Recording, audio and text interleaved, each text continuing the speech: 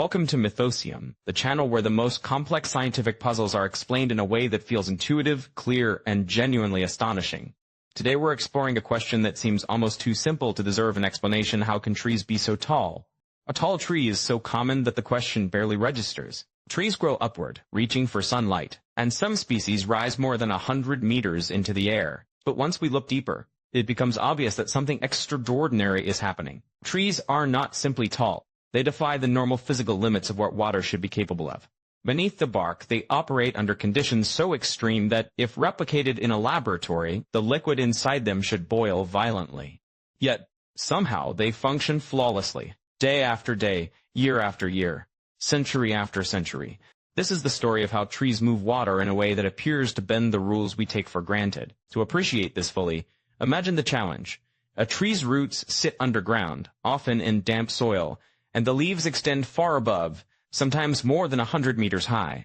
For a tree to survive, water absorbed by the roots must be transported upward into every branch, every twig, every leaf. Water fuels growth, maintains structure, and allows the tree to exchange gases with the atmosphere. But lifting water high above ground is not easy. If you place a long vertical straw in water and try to suck, the liquid will rise only about 10 meters. This is not because you lack strength, it's because the suction method reaches a hard physical limit.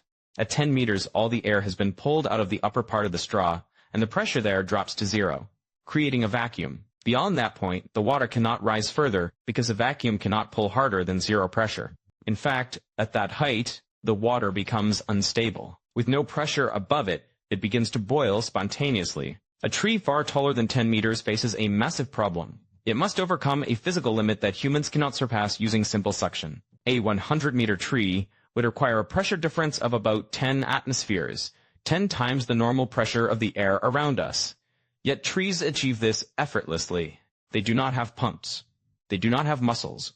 The cells that make up their water transport system are dead. And the environment inside the tree should not allow the water to remain liquid at the tremendous tensions involved. So how do trees do it? To understand their strategy, it helps to revisit what people commonly assume.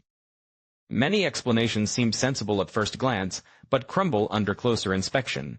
One common idea is that water is pulled up the tree because it evaporates at the leaves. This evaporation, called transpiration, does create tension in the water column, much like pulling on a long chain causes motion throughout its length. It is true that transpiration plays a crucial role, but evaporation alone cannot overcome the 10-meter suction limit. No matter how hard the tree pulls, a vacuum is still a vacuum, and its pressure cannot go below zero, if we are thinking in terms of gas laws. Another assumption is that the tree does not contain one continuous column of water.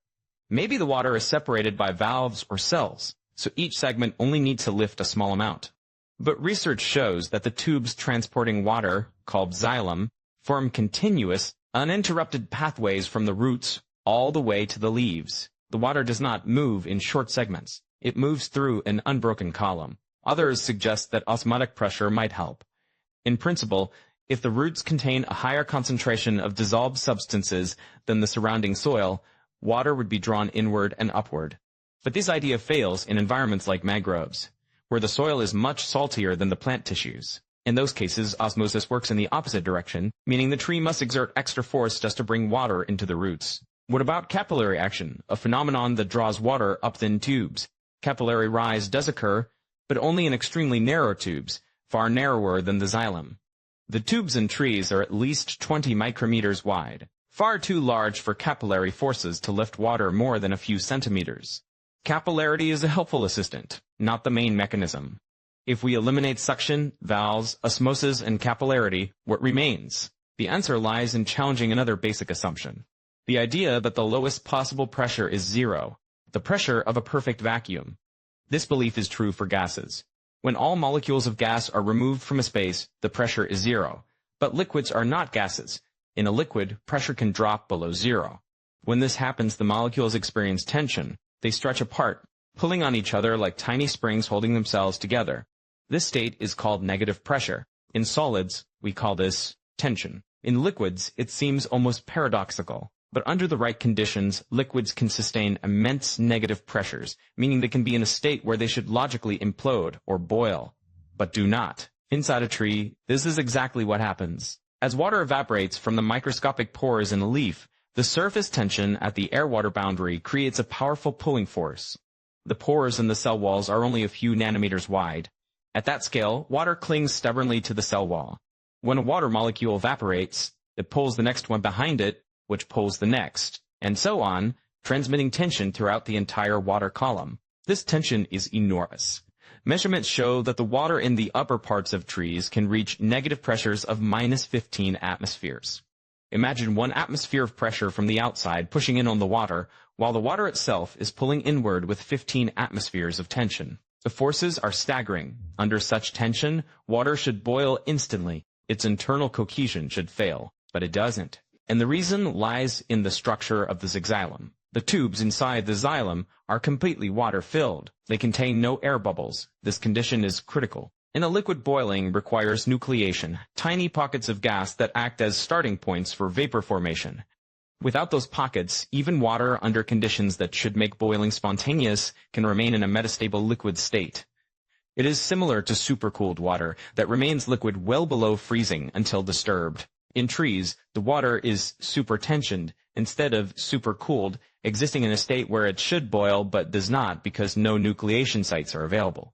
The xylem tubes are essentially perfect conduits. They remain sealed from the moment they form, and the water inside them is carried upward without ever encountering a bubble. This is why trees require such fine control over gas entry.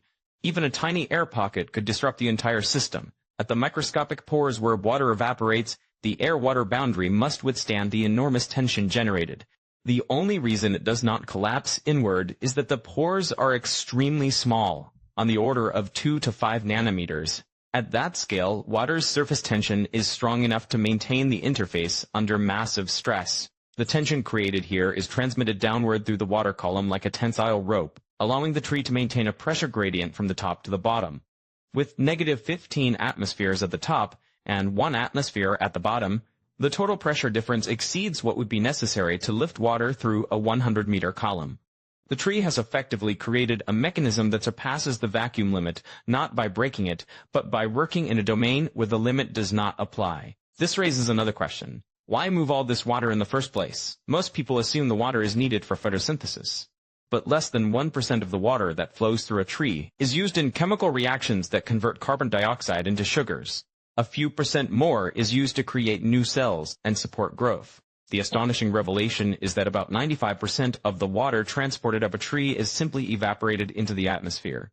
It passes through tiny pores in the leaves and escapes, carrying away heat and regulating the internal environment of the plant. For every molecule of carbon dioxide absorbed for photosynthesis, hundreds of water molecules are released. This massive flow of water does not fuel chemical reactions. It powers the physical engine that drives the entire system. Transpiration cools the leaves, maintains nutrient flow, and, most importantly, creates the negative pressure that pulls water upward.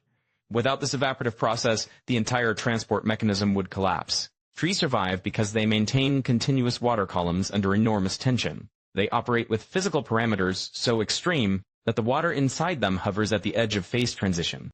A tree is constantly balancing between stable and unstable states, maintaining conditions that would be impossible in open air.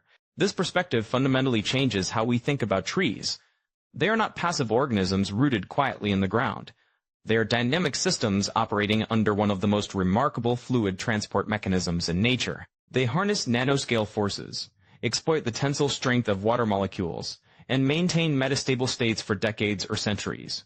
In essence, trees use physics in a way that seems almost paradoxical.